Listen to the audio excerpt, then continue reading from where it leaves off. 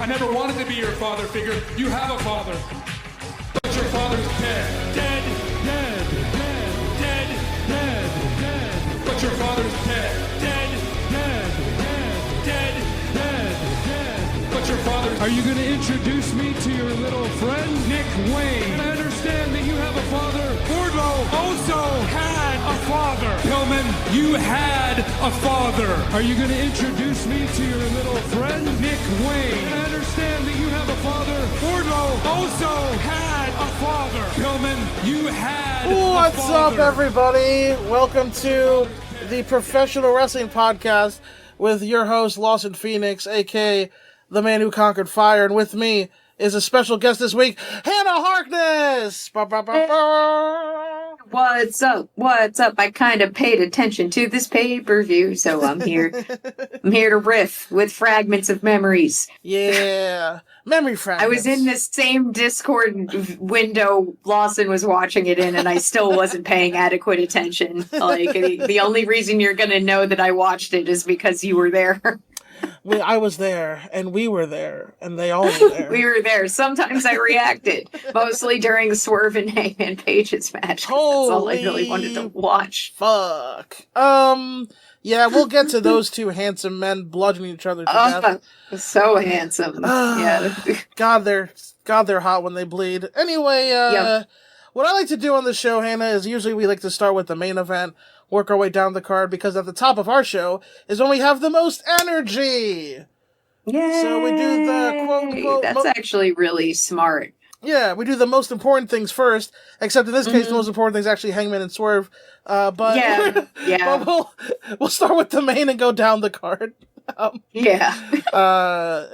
offense to the people who were up early, Edge and Sting, but you're at the back of the show. So, first of all, yes, Hannah, we watched this in the same Discord, and I overall enjoyed the show. Although I'm going to start off sounding real salty, so if you have cornflakes, guard them, because I might pee in them right now. MJF with Adam Cole defeated Jay White with Austin and Colton Gunn by pinfall after 29 minutes and 45 seconds for the AEW World title. And suffice it to say, after this match was over, I said to everybody in the Discord that this was my least favorite AEW main event ever. Yeah, it was kind of annoying. The injuries, both of them can't be injured. Yeah. I don't know. Maybe is that accurate? Is that like, could that ever be done well where like it's 2-on-1 and both of the guys in the two are injured? Right. I mean, so I guess this is the main, we have to set up the way they set this up with like the pre-show where MJF defends with Samoa Joe, and then he gets his leg Pillmanized with the steel chair by the Guns, and then I would have been okay if he just like, went to the back and they just cut a promo where he's like, my leg might be injured, but I'm still going to come out for the main event, Jay. I'll see you there. Don't fuck you up or whatever. That would have been fine. But they do this whole, as I described to Zack Snow, they do this whole, like, they drove around like 4 blocks to get back to where we were always going to go anyway, where they like sent MJF off in an ambulance and then said Adam Cole was going to wrestle Jay White. That was the main event announced. And the whole time I'm like, I don't think that's actually going to happen. But then no, because they can't both be injured. They can't both be injured. That's not make sense. No. The guy with the real injury is going to wrestle for the guy with the kayfabe injury. Like, it just... MJF comes back. There's also too many, like, look, we've got one injury gimmick on AEW right now that is absolutely mopping the floor with every injury gimmick in history that's ever happened, and you cannot fucking do this. Next Strong, I'll take you on. Nick Strong will take on anyone. Take on anyone. Yeah. No, that shit is so. I mean, the reason. I mean, this is off topic, but the reason it's so funny to me is because I used to think Roderick Strong was like boring. I thought he was really good, but the whole time I'd seen him before, I was like, that's just a boring guy, really good at wrestling, and he's just gotten so goddamn weird. And Yep. Yeah, he never really had... that was kind of his gimmick, was he was like the boring, good at wrestling guy. You know? Yeah, no, he was just real meat and potatoes, like, nice to look at. I was like, he's pretty, he's good at wrestling, that's it. It's just like, I never could have conceived of a gimmick like this fucking weird. It's really weird and funny. Yeah, and I mean this with all due respect. Even his handsomeness is kind of boring. Yeah, he's kind of got like boring, generic guy handsomeness. No offense. Yeah, no, he's like the most forgettable guy, but still good. Nobody would ever say he's a bad wrestler. Of course not. Yeah. No, he was just the other guy in Undisputed Era. They were all very good wrestlers. Right. But Bobby only Fish one of them has the cool thing where he points at himself and everyone yells "boom." That's yeah, he was the coolest guy. Kyle O'Reilly was like the really tenacious guy who I loved. Bobby Fish had the mustache and was kind of like older and like Kyle O'Reilly's older brother, sort of. And Roddy was the other guy. He was Ringo. Yeah, the other guy's boring. Yeah, but no, now not anymore. Now he's got some weird shit going where he has a fucking goon with him carrying a stuffed giraffe. It's incredible. Like that's and because of the giraffe neck thing. But they don't... what I like about the giraffe thing is they haven't explained it, really. It's just, they did. Thing. No, he did. During one of the promos, I forget which one it is, that they're just like, he goes like, why do you have a giraffe? He's like, you ever see how giraffes fight with their necks? Oh, like, right. They're so strong. It's the strongest necks ever. Yeah, I actually... Because I remember the only reason I know that is because that's the promo that they had to show twice because they fucked up the audio. Right. And they showed it with like no audio the first time, so they had to show it again. Happened. Normally I'm not paying that close attention. No, I remember when that happened. You're right. That happened. Yeah. This ties back into the segment me and Hannah do behind the paywall for Yu-Gi-Oh! Animal fights. Animal fights. Which is true. Giraffes do that. They literally neck butt each other. That's a real thing they do. It's beautiful, honestly. It's awesome. It's like majestic. Yeah. And it's very loud. It's very loud. Yeah. But I know the lead singer of Trapped is homophobic and a piece of shit. But singing Next Strong just makes me smile. Yeah. I'm not, don't support the band, but also it's fucking really funny. Anyway, back to this main event here. I feel bad for Jay White because I feel like this man, like his main event at the Tokyo Dome and shit, and he comes to this company and they don't know what to do with him right away. He gets this weird feud with Ricky Starks that doesn't really go anywhere. And then finally gets this big main event. And I just feel like he's like playing accessory to this MJF, whatever we call it now. I thought there was like a solid chance he would get it. I didn't think it was going to be like weird downplayed shit like this with two injured guys. Did they ever have a wrestling match that's just like that's not like that's a weird like they're just like you're fighting a whole bunch of injured people. What? No, not usually. Yeah, it's not cool. It messes up the pacing because they're selling two out of three people selling injuries. Yeah, it's like, I mean, so like they told us Adam Cole was gonna fight. We were like, he's really injured. That's not gonna happen. He can't. Yeah, it would be different if he could. Yeah. It makes it really weird that he can, and you're telling us that he can, but whatever.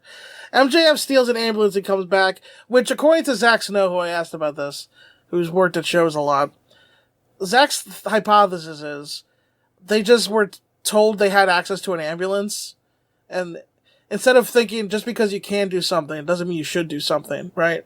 But they just were like, we gotta do this shit now because we can use an ambulance. And so maybe that's what happened. Maybe they just were like, fuck it. We're gonna use the ambulance. So, again, overproduced, took too long to get there, yada yada. The guys worked really hard. I want to be clear. MJF worked his ass off with this match. He worked too hard, actually. He did an elbow drop to the floor, like a maniac. Mm-hmm. Apparently he fucking dislocated his hip, which I would have told him before he did it that was gonna fucking happen. Oh shit, he did? How long is he gonna be out? Well, maybe I don't know if it's dislocated. Might not be the right word, but like apparently somebody had to put his hip back into place or whatever. Ugh. Yeah. Well, I mean that's pretty dislocated. Yeah. So I don't know. Yeah. Apparently he can't wrestle at least till the next pay-per-view. He's just gonna be doing promotions and shit. So yeah. Well, I mean that's old school MJF that barely wrestled. Right. Yeah. Which like this is my other problem is like I have not been a fan of world beater babyface MJF because I just don't feel like that's. I don't believe it. I don't believe it. Yeah. I don't believe it either. He put the ring on this time, and I'm like, oh, we getting him back? Yeah, maybe IDK. Well, that's the thing, right? Is like the tone. Like I'm fine with shades of gray in wrestling. I think it can be interesting, but to me, this just feels like tonally confusing. Where this guy can beat Kenny Omega clean. He can fight. He can beat the Righteous 1v2. Can fight off the Guns. Can fight off Jay White for 40 minutes with one leg. But then he works that hard. Does like a cutter to the floor, an elbow drop to the floor. He works that hard for 30 minutes to just take a shortcut with the ring in the end. And I just feel like, it's not working for me. I just don't, I feel like not invested in this. So I don't know how you feel, Hannah.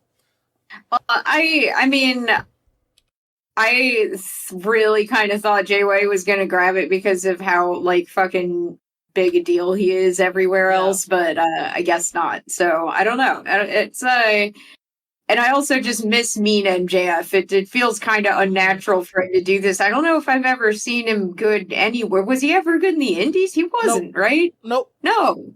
So I don't think he knows how to do this. I think him and Jungle Boy need to Freaky Friday for a minute and fucking go back to their original things. Yeah.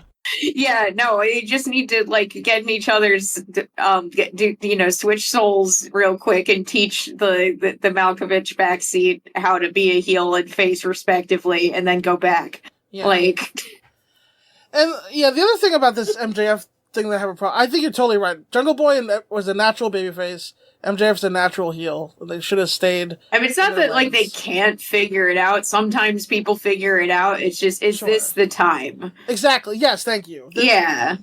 I think they did both of these with these guys a little soon, a little prematurely, maybe, just to try to do something.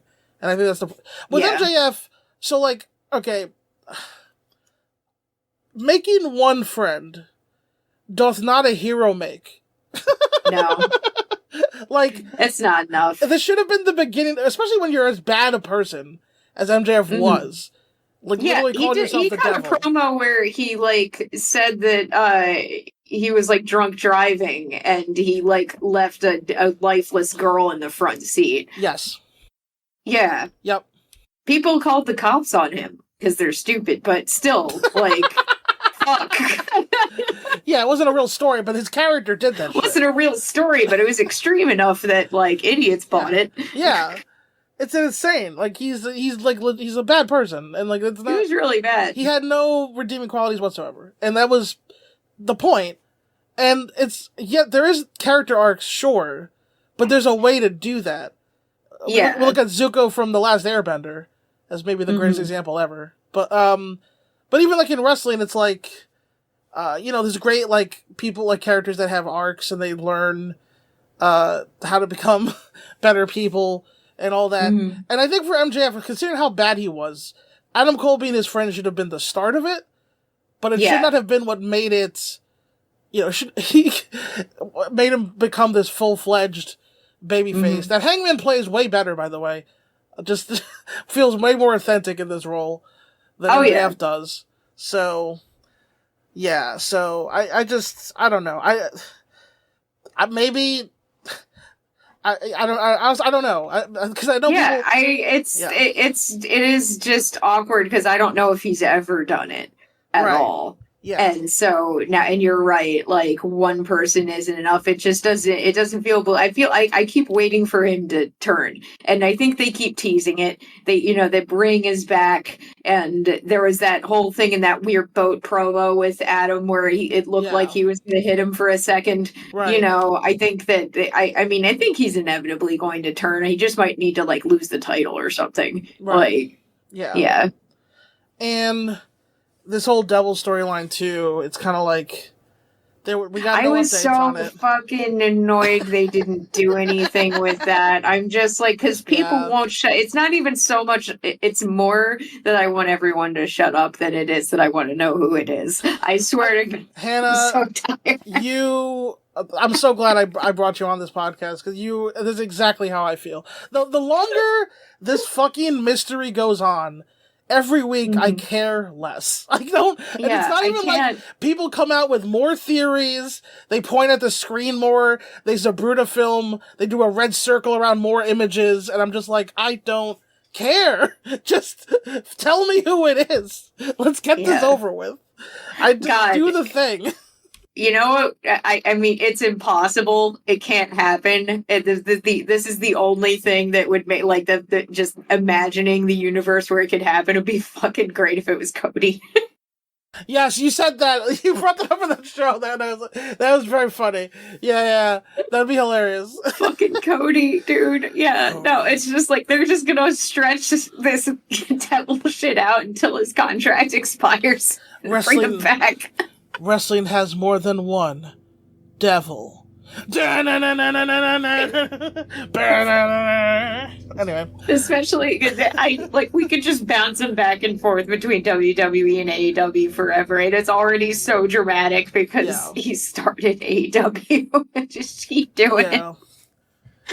Yeah, it's really hilarious. I want Cody in WWE to just never beat Roman and just like wrestle Seth for that other title. Yeah. Because I just think it'd be funnier. Yeah. Zach convinced me to just be like, I hope Roman never loses. I hope he's champion literally until he retires.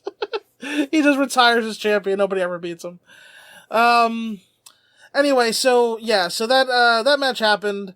I'm sorry to piss in the cornflakes of people who love this MJF stuff and who love the match and all that. He's good. It's just like, it was the worst thing on the menu at a good coffee shop, I guess. I don't know. Yeah, that's what, and it's the thing they promote the highest. It's like, no, it was like a fucking croissant match. Yeah. It's like McDonald's mashed potatoes. Yeah, exactly. You don't want the fries? Nah, mashed potatoes. So, before this, we had a match that had the unenviable task of following the death match. The Golden Jets, Chris Jericho and Kenny Omega, defeat the Young Bucks. This match went 20 minutes, Hannah. I was shocked. I did not know it went that long. Yeah. It felt like it flew by to me, to be honest. Yeah, I mean, we're not particularly paying super close attention to it. Sure. But it had to follow some wild shit. They broke out all the hits. Yeah. They did all the suplexes and he did the walls, the walls kicks. go. And the kicks. And the kicks. And the flips. Yeah, I thought this match would kind of, it was in like the toughest spot on the card. And actually, I thought it was pretty good, actually. Like, with Jericho. No, they did good. Yeah, it was just, like, exactly what you'd expect. That's pretty much it. They all did exactly what they do. They did their thing. But not just nothing super eventful. But that's what you're right. After that the match before it, people, like, probably needed a cigarette, possibly emotional support. Yeah. But to call their loved ones and inform the next of kin, call their therapist, tell them they're rich now. I thought I liked the psychology with the Jericho working the arm and all that, and Omega pins Matt Jackson after the One Winged Angel, which means the Young Bucks are 0-3 against Kenny Omega with 3 different partners, and the Golden Jets will be facing Starks and Big Bill at some point. And I, I feel weird about that match. I'm like, am I looking forward to that? Like, kind of? Maybe? I don't know. Starks and Omega and Jericho and Bill. Could be interesting. Yeah. We'll see. Seems kind of rampagey, if you ask me. Yeah, it does. Yeah, it'll probably be on Collision, if I had to guess. Just knowing how they operate. Seems kind of rampagey, if you ask me. It's a show that we've been waiting on. It's the C show, baby. Anyway, well, let's get to the real reason why we're here, Hannah. Swerve Strickland with Prince Nana defeats Hangman Adam Page via knockout. Texas Death, 29 minutes, 55 seconds. The longest match on the show, beating out the main event by 10 seconds. This fucking ruled. Yeah, those just yeah, Renee bad Paquette. shit. We saw a man drink blood intentionally Within the first, 2 minutes of the match, yeah. within the first 2 minutes, and then at some point, and then I remember at some point I had the thought, man, it feels like an hour ago he drank blood. So much has happened since then.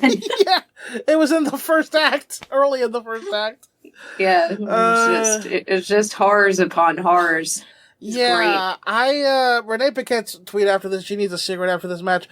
Also in the pre-show, Renee Paquette did reveal what we have long suspected, which is she gets off on the blood stuff, which explains everything Moxley has done in the last 2 years.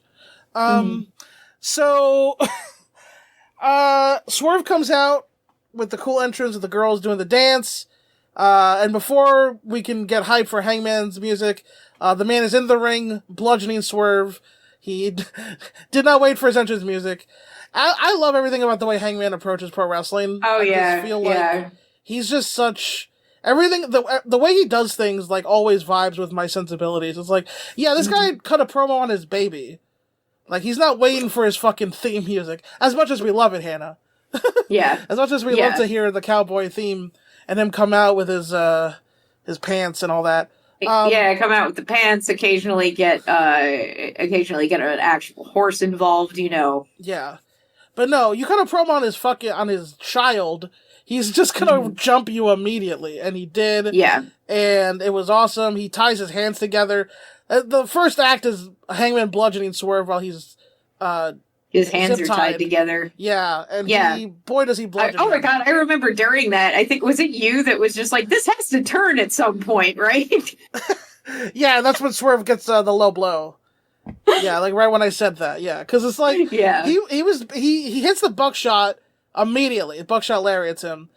Beats him pillar to post, ties his hands together, and then the staple guns.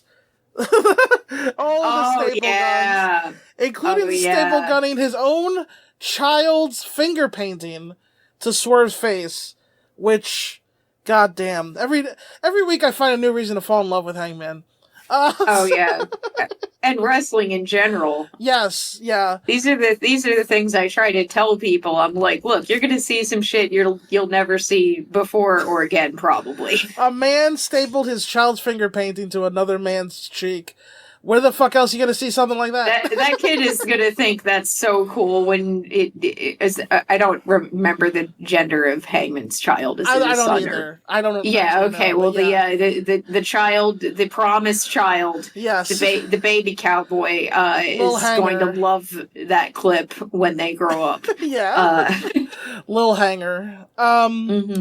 So yeah, the Swerve gets Nana cuts him free. Swerve, by the way, got a hell of a Crimson Mask in this match. He's bleeding buckets. As we said, Hangman drinks the blood. He drinks the blood and enough to spew it back out. It was fucking nuts. He's unhinged completely. The man has no hinges. The man deleted Chill from his device, put it in the trash, deleted it forever. And Swerve eventually makes a comeback. Including doing a pile driver. So they do a Death Valley driver on the cinder block. And then he does a pile driver on the barricade, which I didn't know was possible. I didn't even know how he did that. It was crazy. And then, later Hangman tries to staple gun Swerve, but now he's as the bad guy, he is now hulking up because he sees his own blood. And he is immune to the staple gun, and Mhm. he just He just starts stapling himself and making himself. crazy faces, which is he's always a badass move. he's full supervillain mode here. Mm-hmm. There's a lot of other really violent spots here. I don't have to go through the whole thing. There's broken glass. There's fucking the chair with barbed wire. I want to bring up the one part where Hangman is on the buckle and Swerve hits him in the back with the chair with barbed wire, but the barbed wire wraps around Hangman's face. Yeah. And yet they show it really better on the replay, where the one piece of barbed wire wraps around Hangman's face. And luckily Swerve didn't pull the chair all the way back quickly, because that could have been really gnarly. But what was the move they did right after the glass too? Because I remember that being crazy. Like, yeah, he does a 450 on the broken glass on Hangman's back. Yeah, exactly. Like, what the fuck? Yeah, his own body. He drove his own body into broken glass onto Hangman. Yeah, Hangman does this really badass sequence at the end where he does the super fallaway slam through the barbed wire table. And then he power bombs him back onto the barbed wire, and then dead-eyes him onto the barbed wire, and then gives him the buckshot lariat with the barbed wire around his neck, which would have won him the match, but Prince Nana saves him, and that's when Brian Cage hits the ring. This was probably this fucking guy. Yeah, this was the we part need him though. This is the part of the match that people criticized. Yeah, this is the part of the match that some people criticized, and I get it. It's like, interference and like, why didn't he come and beat up Hangman earlier or whatever? But I didn't really care that much. I didn't mind it really. No. That's what Brian. You need a Brian Cage. He has to appear sometimes. Otherwise, you lose him and you need him. Yeah, he's a goon. He's a great device. And he's also like a pre-time skip. To use like anime terms, he's like a pre-time skip Hangman villain. Because like he beat Hangman during like COVID era or whatever. And Yeah. So he's like an early Hangman opponent who like still shows up as a thorn in his side. And yeah, Hangman beats his ass. Then he kills Nana with the dead eye through the table. But after fighting off three men, Swerve finally hits him in the back with that cinder block, and then uses the chain to hang the Hangman, the way he did to Moxley back in Revolution. And Swerve goes 2-0 against Hangman. And I think this is one of my favorite feuds of the year, Hannah. This feud has been this amazing. is my favorite feud, man. I can't think of a better one. Yeah, I mean, I hope they don't stop. Their first feud, I mean, it's hard to think where they could go from here. Yeah, that's the problem. Yeah, I'm like, oh no, like I'm glad they got a fight forever chant, but yeah, it is difficult to know exactly what else they could do. Yeah, I mean, they might keep them apart for like a little while, and maybe Hangman will get his win back like in a year from now or even longer. But yeah, I mean, especially because Hangman and or Swerve might go into the Continental Classic. I guess we'll have to see. Yeah, I mean, I would also support just this be like, let's put the jetpack on Swerve. Yes, totally. That's just, I mean, we could just like let this be Swerve's time because Hangman had time. Yeah. I totally. like, if that's what they're doing, then please continue. Like, yeah, absolutely. The fact that Swerve beat Hangman twice, including in the match that was Hangman's specialty, the Texas Death Match, even though he needed help to do so, I think. So I know Joe has a title shot against MJF or whatever. I would just belt up Swerve, man. Fuck it. He has the most. Yeah, no, because that would be way better. They're building him up as a legit villain. That would be a really easy way for fucking MJF to turn, because now he's kind of the. I mean, if MJF's not head sicko anymore, yeah, Swerve, baby. Yeah. Yeah, I mean, I think this is the right. It feels like the right time. Like being Hangman at Texas Death. Like, where can you go from there, right? Yeah, I think they could totally give him world championship and people would be behind it, and it would be nice to not have all the world champions be a fucking snowstorm AEW. True. So yeah, this is the time, baby. And I also like sometimes AEW has this problem where people get these big wins, but they don't know what to do with them after. Case in point, Konosuke Takeshita beat Kenny Omega clean last pay-per-view cycle, and he's not on this show. Because where is he now? It didn't lead to anything. So yeah, and I don't want that to happen to Swerve. I think really don't want that to happen to Swerve. Yeah, really. After a performance like this, it's like you have to. And obviously, we know Hangman's goated. We love Hangman. He's my favorite wrestler, but he lost. It's fine. He'll find his way back to the. It's fine. We really got to do something for Swerve here after this. Like, and I don't think something like the international title is even enough. No offense to Orange Cassidy, who's doing a great job there. But like, oh no, that's what I'm saying. I think that he should just he should take it off MJF, and if that's what they were planning, then that's what they should do. Even if you weren't planning it, I would do it now. I just think the man is he's got too much momentum. And it would also be cool to, like, you know, have him have that angle on MJF, like, you used to be, like, big heel, now it's me. Rah. Like, it's easy writing. Yeah. I'm the super villain you thought you were. Yeah. Yeah. I am, we're all in agreement. Swerve next AEW champion. World's End. MJF loses the title in Long Island. I don't know, maybe. I'm just spitballing here. But yeah, so that was the best match of the show, like, by far. A lot of AEW shows will have, like, 2, maybe even 3 matches that you could argue were maybe the best. Like, Wrestle Dream had Hangman and Swerve, again. And, Danielson and Sabre. And maybe something else that was really good. But, this show, it had some other good stuff, but this death match was easily the best thing of the night. It is getting match of the year hype. Not just, like, that'll be, like, considered, but, like, it's a lot of people's number one. I've been seeing out there, so.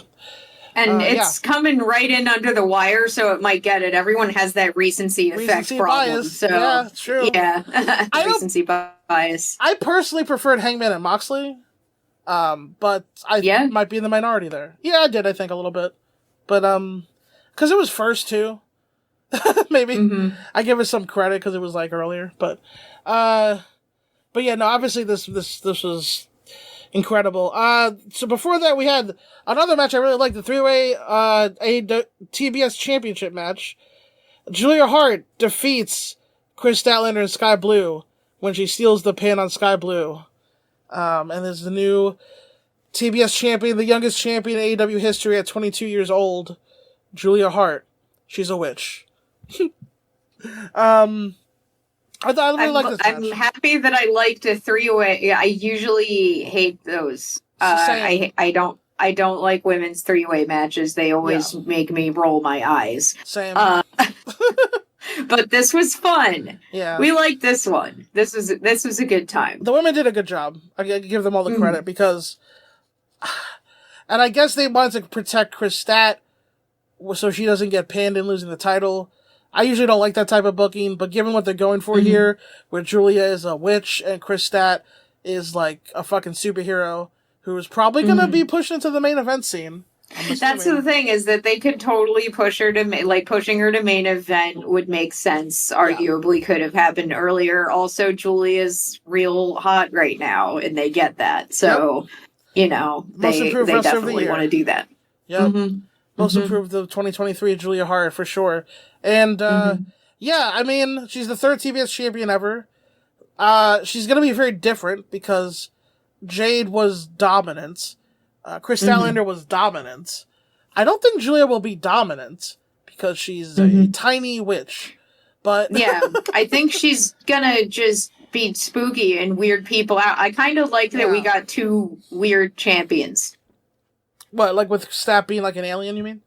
Or no, we got currently with Tony Storm. Yeah, currently we got Julia Hart, Vampire Blonde, and we got Tony Storm, who is like has lost their mind. It's fucking incredible. Hollywood starlet from we'll talk about we'll talk about that later because there's a lot to unpack on how revolutionary that character is, but it's just but yeah, Lady Taker doing great. Yeah, Lady Taker. Lady Dark Magician. Hey, call back to the paywall pocket. Get behind the paywall. Dark Magician Heart. Yeah, please. Dark Magician Girl. So,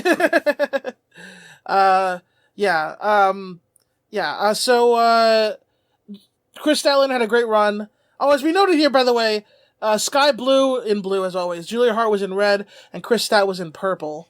And I don't think that was a coincidence. I think that was the story, basically, was the Stat was better than them individually, but they could combine to take down her might. And so, yeah, I also want to point out one of my favorite spots of the night. Chris Statch's deadlift Germany, both of them over and over.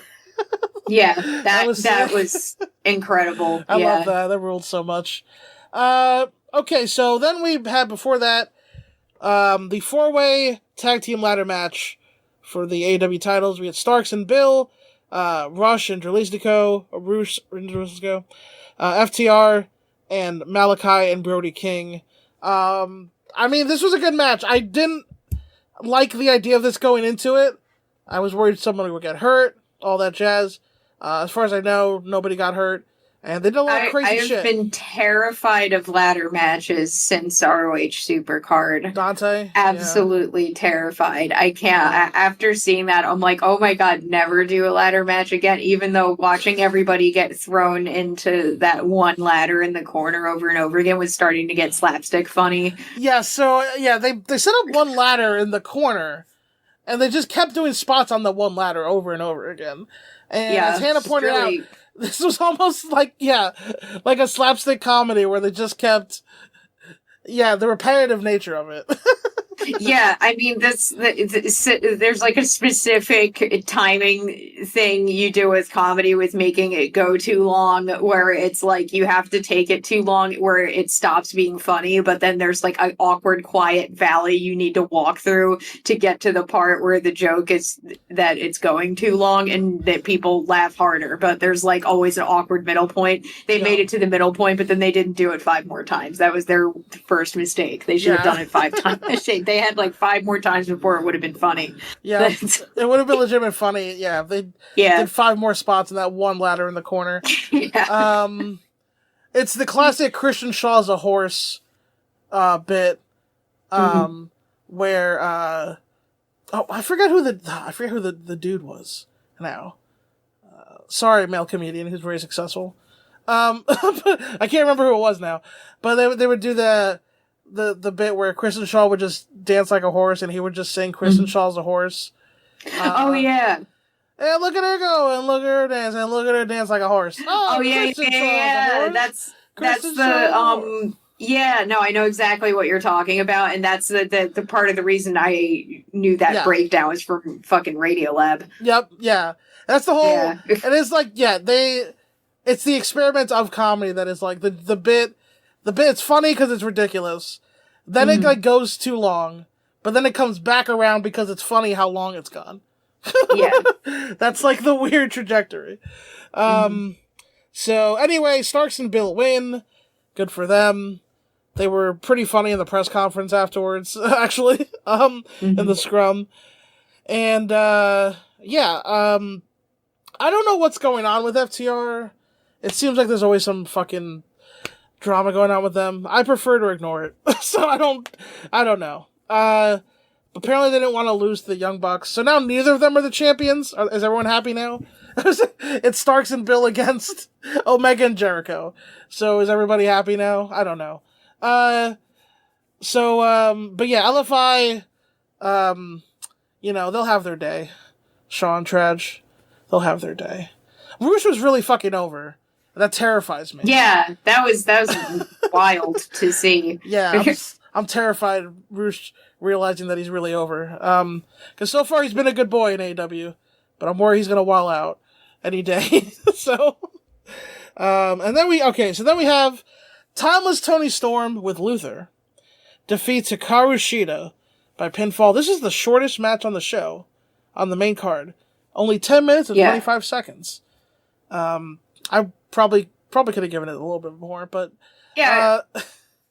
But also, I mean, here's the deal. Here's the deal with this gimmick is that has... you have much better wrestling history than me. Women with comedy gimmicks, are they generally champions ever? Not okay. So they're not actually. They sometimes here's how I put it. They can sometimes win the title, but it's never for real. Yeah, they're not actual main eventers ever. Yeah, like in WWE. Yeah, exactly. Like Nikki, exactly. Tony's Tony's a real main eventer. eventer. Right, exactly. Yeah. Tony's a real main eventer and has been taken seriously, has not done anything approaching a comedy gimmick this entire time. That's why this is so crazy to me, because it's like, it's really... Like, this is something I feel like WWE doesn't have the balls to do. Like, this is the difference between AEW and WWE, is that I don't think WWE has the balls to, like, just completely rip the script up and go, Charlotte Flair's insane now. We've decided that she's, like, put googly eyes on all of her plans. She's naming them, but she's champion. Right. Yeah. Yeah, I historically am always a fan of the wrestler loses their title and that drives them insane story and gimmick. I just think it adds like a weird prestige and mystique to your title that it meant so much to this person that like they lost it and they went insane or dark or whatever. But like it changes them in some way. And insanity tends to be the one. So like historically, even in Ring of Honor, the super serious wrestling promotion, Jay Briscoe, Rip, after he lost his world title, he went fucking nuts. He became just like a big fucking psychopath. Like he was always like a scary badass guy, but after he lost the world title, he like fucking went unhinged. Like he just like lost it, and he had to go on like a little character arc to stop being insane. And I've seen this happen like in other companies, and I always like it. Always works for me. It's like when Tony lost her title to Jamie Hayter, or was it? Oh no, it was when she lost it to Sheeta the second time. That's when this started. And now it's come full circle where she's won it back from Sheeta, and she's. Also kudos to her from bouncing back from the Outcasts thing too, because that I was genuinely a little worried about that. Hell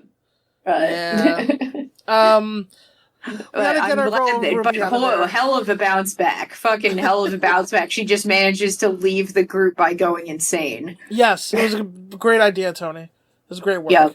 Yeah.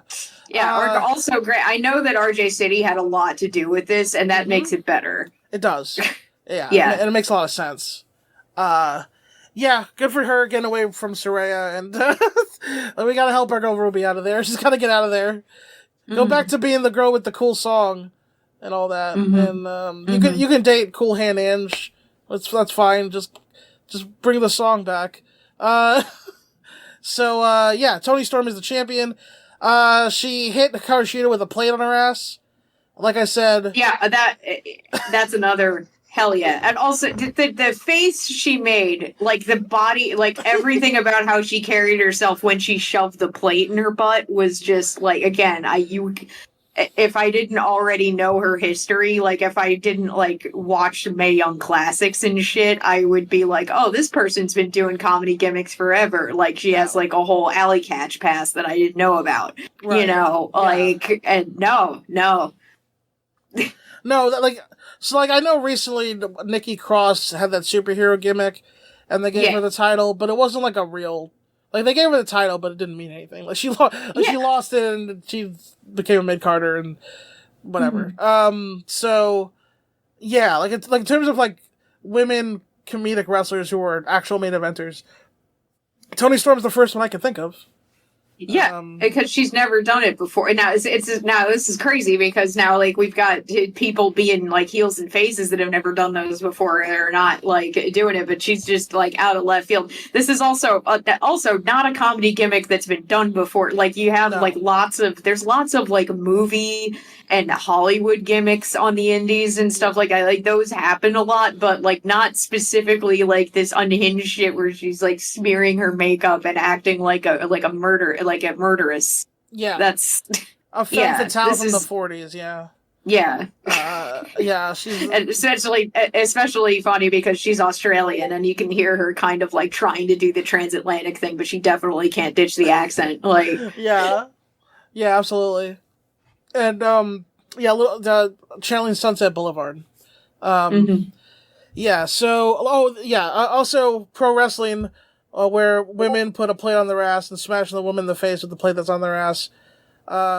Just remember, wrestling is better than everything you like. It really is. Yeah. Got plates and faces. We got kids' finger paintings and faces. Get the wrestling into your face, people. Join the times. Yeah. Watch AEW. Join for 4 hours, 5 even, if you want to watch the 0 hour. Yeah.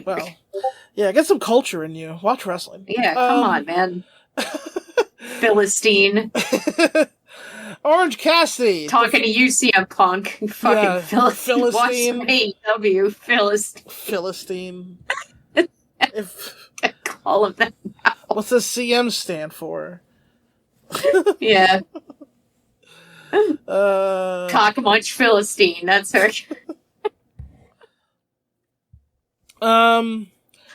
Orange Cassidy defeats Jon Moxley. This match only went 12 minutes. As we said at the time, we wish it did go longer. But it was great. I really liked it. Not quite the epic that the first match was, but I had a lot of fun. The closing stretch was especially fun, where he broke down the monster that is Jon Moxley with orange punch after orange punch. Oh yeah, the 5 million orange punches was awesome. That made me, because I have started to become one of those people that gets mad when people kick out of somebody's finisher too many times. So for a second there, I thought I was getting prepared to be mad about people disrespecting the orange punch, and then I was like, oh no, they're not doing that. They're just he's gonna go down. Yeah. It's gonna take like 5. Yeah, it's like he gave him 3, and then Moxley fired up. But then he gave him 3 more and a beach break to put down the monster that is Jon Moxley, the juggernaut that he is. And he's overcome his biggest hurdle. Where will Orange Cassidy go now that he's finally thwarted the monster's Jon Moxley? I don't know. I guess we'll see. But Swerve's gonna have the belt for a while, and then we need a real baby face to not die from Swerve. So that's our lineup. We got Swerve's next, and then Orange Cassidy.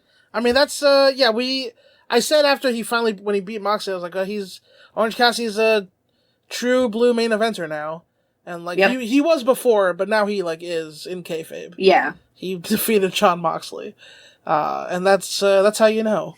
So, and then we had the opener. Sting, Darby Allin, and Adam Copeland with Ric Flair. That's right, Ric Flair came out for this show, everybody. Defeated the Patriarchy. That's funny that I got to read that on Wikipedia. The Patriarchy. Yeah. Christian Cage, Luchasaurus, and Nick Wayne via pinfall after Adam Copeland spears Luchasaurus and pins him once again after chasing Christian out of the crowd. This went 15 minutes. I thought it was harmless fun. Oh yeah, for sure. Opener. Especially the choir of children in turtlenecks was upsetting. Thank you for reminding me of that. Yeah, that was amazing. that was amazing. I mean, just from the start. I mean, it's really. I like when people manage to make their gimmicks something that level of abstract. He just does a turtleneck and the frown emoji. That's the best way I can describe that face. It's an actual cartoon frown that he keeps on at all times. A scowl. Yeah. Yeah. But no, it's not even that. It's literally an upside down, a line. It's a frown. He looks like the frown face. Yeah, it's having a bunch of children in black turtlenecks sing the song. One of the greatest entrances in AEW history, in wrestling history. And the match was fine. Darby got chokeslammed onto the fucking apron because he's a fucking lunatic. And Sting has just a couple more big matches left. He retires at Revolution, which is in March 2024. So, yeah. Darby always has at least one bump where I yell at him like he's my son. Why would you do that, Darby? What the hell? What's wrong with you? Get back inside. What's wrong with you, Darby? Jesus, you could have been killed, Darby. You could. What were you thinking? You weren't thinking. That's your problem. Anyway. Listen, he's a grown man. He can make his own decisions. I'm just saying some of his decisions are bad. Pretty bad. I think that's fair to say. Hannah, how much do you care about Adam Copeland in AEW? So far? I like him. I do. Okay. No, I'm glad. It's good to see him around. I think it's wild that he was like fine in WWE and he left anyway. I think I appreciate that about him. That's for sure. Yeah. He looks like he's having a good time. He is. The thing is that I like watching if somebody's an old wrestler coming in, or not an older wrestler. I don't really consider him that old. He's not that old, but he's really not that old. But like when somebody who's like a vet like that comes in, it's annoying to me if they don't look like they're having fun. He looks like he's having the time of his life. Sting looks tired. Sting definitely looks tired. He's ready to stop. Yeah. Adam Copeland is just like kid at Christmas. He's so excited. He's never had anything other than the WWE. And it was actually really telling when they had that first go fuck yourself promo when he's his kids said that go have fun with the other uncle guy. I think that that's real. Yeah. And he's out there doing it, just being a dad, having a good time, and I appreciate that. So I'm happy to see him there. I don't necessarily feel like he needs a big push or anything. Sure. I have a follow-up question. Are you invested in the idea of Edge and Christian teaming up together again? No. Okay. I wasn't there for that. So I only know about that. I've heard of the lore, but I wasn't there for that, so I have zero emotional attachment to it. Sure, yeah. That's understandable. As someone who grew up on the Edge and Christian Hardys and Dudley Boys, I can tell you, I don't really care that much either. I know it's going to happen, but I don't really care that much. It's it's fine. I'm sure they'll have their fun. They'll wrestle FTR. It's a bunch of dads having a good time, and we should let them. Yeah. I think that's kind of where I'm at with that whole crew. Sting, I would have already told you even before he was retiring that Sting does not look like he's having fun. He looks tired. He looks stiff. I mean, he's still good, but he doesn't look like he's having a good time. He looks like he got dragged out to do something. Rick is confused. I think Rick is too hard to read because he's that old. I think Rick just can't. He just can't stay away from the business. He has an illness. He has an illness, and he's also just old. And he's too old. When you get that age, just do what the fuck you want.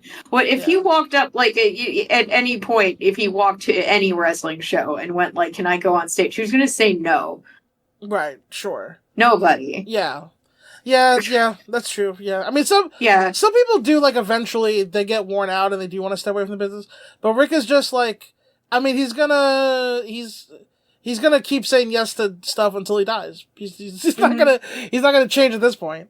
Nope. He's gonna keep showing up to whatever he's asked for. So, Christian did give Ric Flair a low blow at one point, and it was hilarious.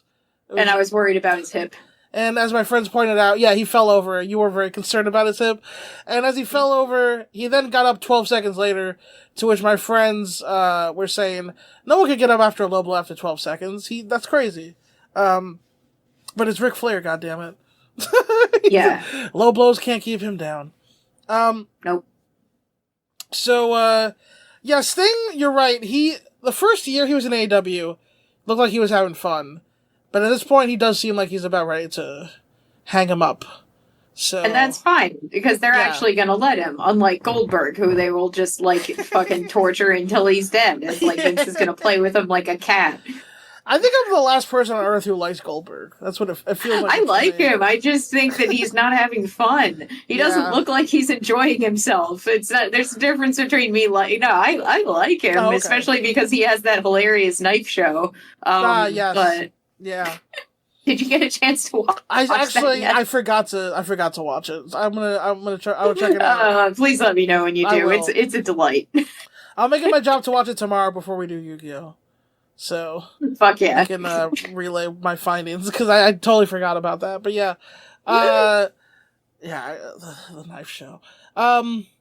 So that was the main card. Stuff on the undercard. Claudio and Buddy had a fun match. Claudio won via sharpshooter. It was a good match though. Eddie Kingston defeated Jay Lethal. That was also fine. and MJF and Samoa Joe defeated the Guns, which had the whole angle, and that was also fine. Nothing. I mean, probably the coolest thing was Claudio and Buddy. If you didn't watch anything on the pre-show, that was probably the best thing to watch there. It went 10 minutes. So, yeah, overall, definitely a good show. The thing is, AEW, they've just had so many awesome pay-per-views this year. Yeah. This would be in the bottom half, probably, but it's still very good.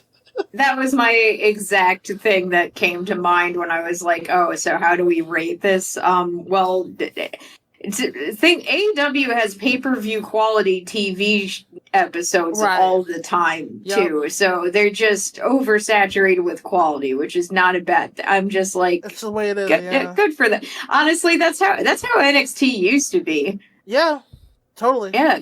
Absolutely. NXT just always good. I once upon a time, every time I put NXT on, I was like, I know this isn't going to be bad. It might not be like as good as last week, but it's never bad. Right.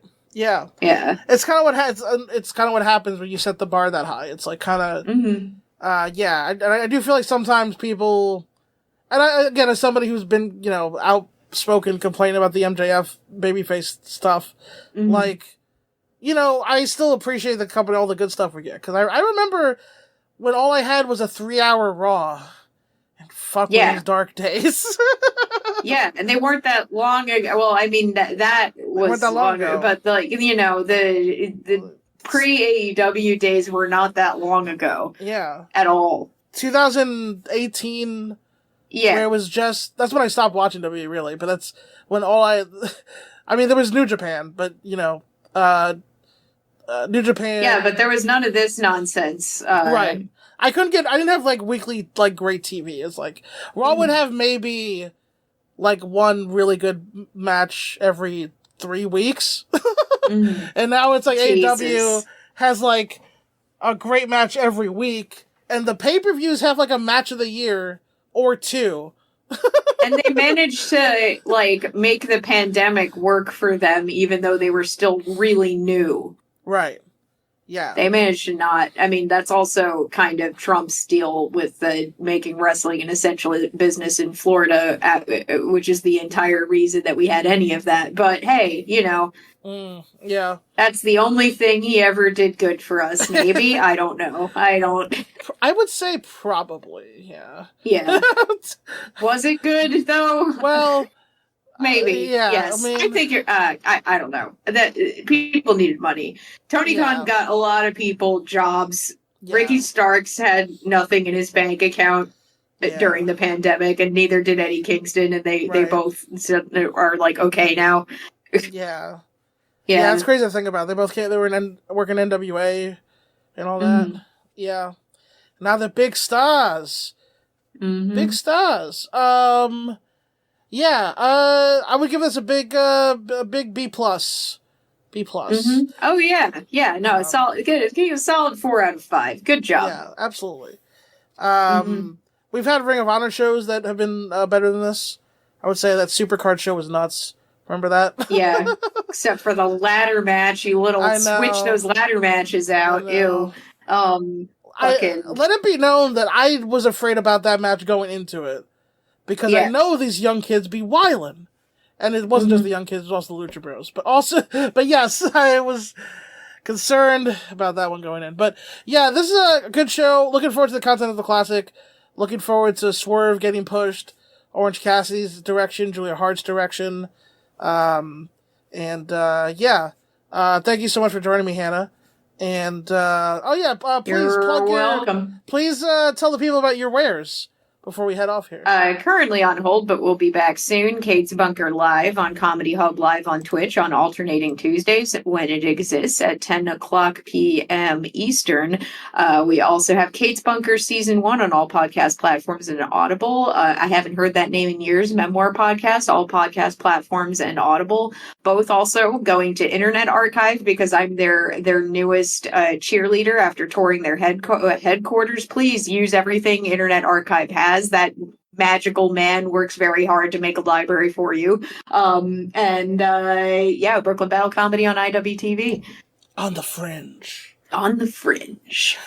Yeah, and I can't imagine anyone listening to this doesn't know this, but I do have 2 anime podcasts, Ballin' Out Super and Talking Naruto. On the off chance that you're out there and you don't know that, and Hannah does the paywalled Yu-Gi-Oh podcast. She's on the Patreon for that. With we do Yu-Gi-Oh for the Ballin' Out Patreon, and also this show also has its own Patreon though. If you want to support the Professional Wrestling Podcast with me and KRL, you go to patreon.com/happywrestling, where you can view my deep archive of wrestling MVs that I've made over the years for just myself, but now for you. So now I had a reason to do that all those years. Content. And, consume, yeah. consume, sit down, stare forward. Yeah, KRL should be back soon. So hands up for the Spirit Bomb for KRL to come back. Thank you so much, Hannah. Wiser person than me that actually takes time to move instead of throwing their whole life into chaos and getting their bed stolen by an evil storage company. Good job. You take those breaks. I'll handle this, even though I should totally be handling my own shit. Chaos. Chaos rage. Also, hands up for Hannah to get her stuff back from the storage company that robbed her, please. My God, these fuckers. Clutter can eat dicks every single day, and I wish I could tell them that, but they intentionally make it impossible to contact them. The best type of villain. And the worst. But that's it for us here, everybody. And as always, happy wrestling. We'll talk to you soon. Happy wrestling. Bye.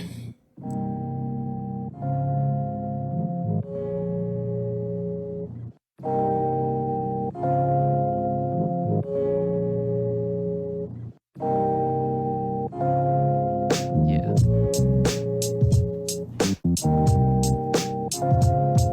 Come on. Yeah.